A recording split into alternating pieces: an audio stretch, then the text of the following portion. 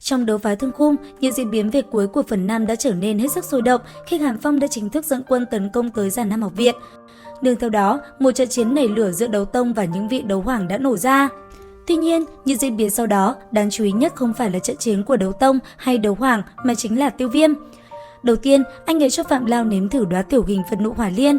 Sau đó, nam nhân kia lại tiếp tục đánh cho gã đấu hoàng tứ tinh kia một trận như tử đến nỗi hắn ta suýt nữa đã phải bỏ mạng. Thế nhưng, cuộc chiến vẫn chưa dừng lại ở đây. Sau khi đánh bại Phạm Lao, anh ấy lại tiếp tục quay sang tranh đoạt dị hỏa cùng với Hàn Phong. Tuy vậy, dị hỏa kia cũng rất mạnh. Ngay lập tức, nó liền quay đầu truy đuổi quả hai người, khiến bọn họ chống đỡ hết sức vất vả. Cuối cùng, nhờ có Dược lão chỉ điểm, Tiêu Viêm mới đánh trọng thương được con hỏa mãng kia. Bởi vậy, dị hỏa cũng liền suy yếu đi rất nhiều. Lúc này đây, chỉ còn cuộc chiến giữa Tiêu Viêm và Hàn Phong mà thôi.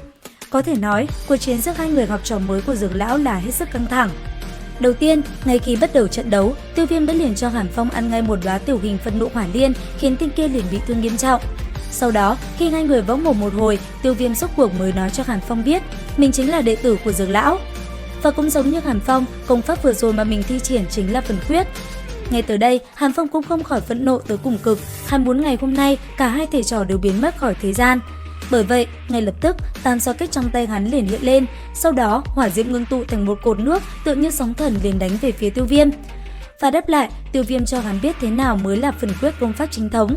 Nương theo đó, trên tay anh ấy, hai loại hỏa diễm cũng dần ngưng tụ lại. Sau đó, một đóa sen khổng lồ tỏa ra cỗ hơi thở cực kỳ khủng bố đã ngay lập tức đánh về phía tên kia. Trong khoảnh khắc va chạm, Hàn Phong liền bị chấn bay về phía sau. Khi Kim Ngân nhị lão đỡ lấy hắn ta, lúc này hắn ta đã trực tiếp ngất lịm, suýt chút nữa là bỏ mạng mất rồi.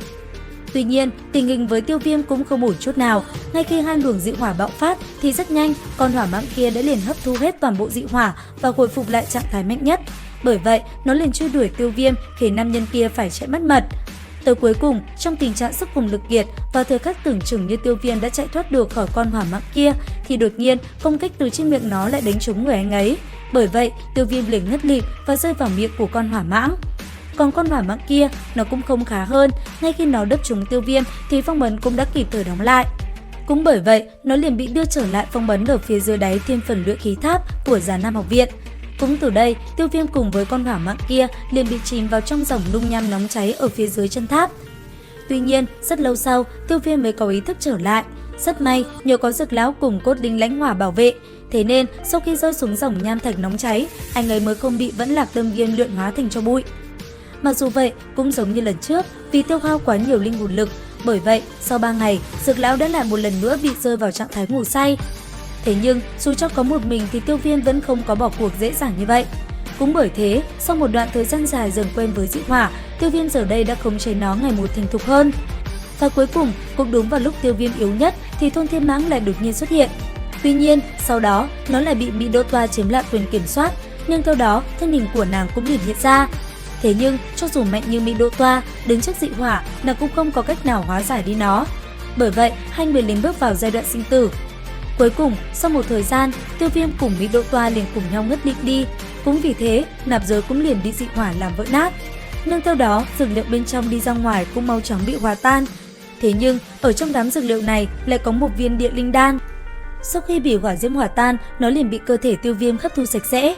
Cũng vì vậy, vô hình nó liền cải tạo lại xương cốt cho anh ấy, giúp Tiêu Viêm từ từ lột xác. Và cuối cùng, 1 năm sau, Tiêu Viêm cũng dần từ trong hôn mê tỉnh táo lại.